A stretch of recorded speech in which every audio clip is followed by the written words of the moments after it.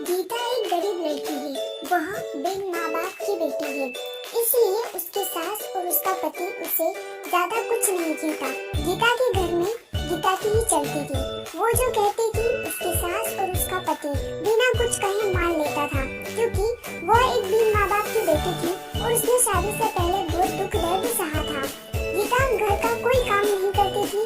उसके घर का सारा काम उसका पति और उसकी सास करती थी और कुछ काम उसकी बेटी भी करती थी। गीता तो रोज अपना पर्स लेकर बाहर घूमने चली जाती थी। गीता को कोई कहता भी नहीं था कि वो इस तरह रोज बाहर न जाए या घर का काम करे। घर का काम उसका पति और उसकी सास कर लेती थी। लेकिन एक दिन उसके पति को उसकी सास ने कहा कि बेटा, गीता को ना रोको टोको, तो उसको समझाओ कि इस तरह रोज बाहर जाना सही नहीं होगा। हाँ, वो बाहर जा सकती है, पर वो अगर कभी कभार जाए तो ठीक है, लेकिन अगर वो इस तरह रोज बाहर जाएगी तो हमारे समाज के लोग क्या कहेंगे। ये सब सुन के गीता का पति बहुत परेशान रहने लगा।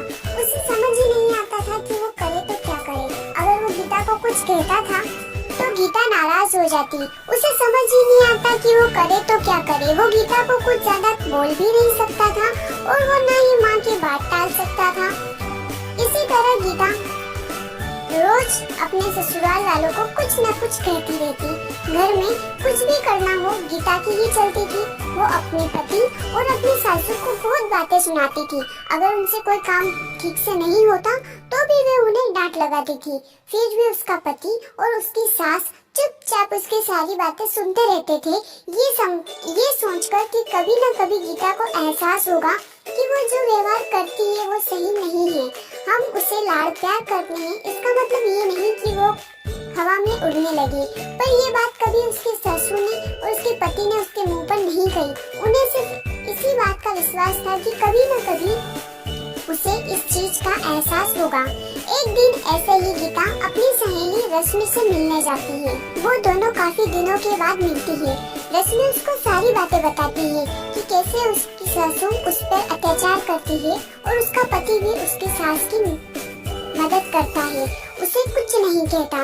उसकी सास उसके पति को उसके खिलाफ भड़काती भी रहती है। वो चाहे कितना भी काम कर ले, कितनी भी अच्छे तरीके से घर की सारी साफ सफाई करे, सारा काम करे, फिर भी उसकी सासू उसमें नोकझोंक निकाली देती थी और उसका पति भी उसकी माँ का साथ देता था। जब ये बात रश्मि ने गीता को बताई तो गीता को एहसास हुआ कि वो तो अपने पति और अपनी सासू के साथ इतना बुरा व्यवहार करती है, घर का कोई काम नहीं करती, फिर भी उसकी सासू और उसका पति उसे कुछ नहीं कहता।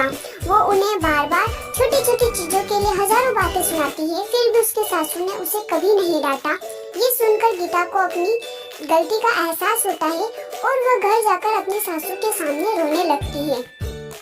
उन्हें सब बात बताती है कि उसे उसकी गलती का एहसास हो गया है कि उसने कितना गलत किया। तब उसकी सास उसे कहती है कि बेटा रो मत, हमें विश्वास था कि तुम्हें एक न एक दिन अपनी गलती का एहसास होगा और तुमने गलती चाहे कैसी भी की हो, लेकिन तुम्हें अपनी गलती का एहसास हो गया, बस यही बड़ी बात है। अब हम सब साथ मिलकर हंसी खुशी रहेंगे।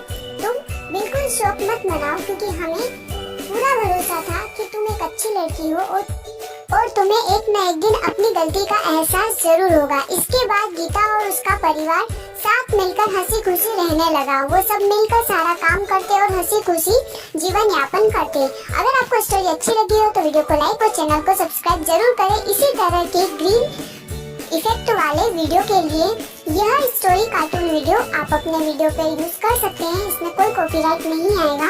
हाँ, मेरी जो इसमें आवाज है, मेरा जो साउंड है, मेरा जो म्यूजिक है, उसको आप हटा दीजिएगा या तो अपना रिकॉर्ड करके उसमें डाल दीजिएगा या फिर कोई म्यूजिक ऐड कर दीजिएगा, तो उसमें कॉपीराइट नहीं आएगा। आप सभी का दिल से धन्यवाद।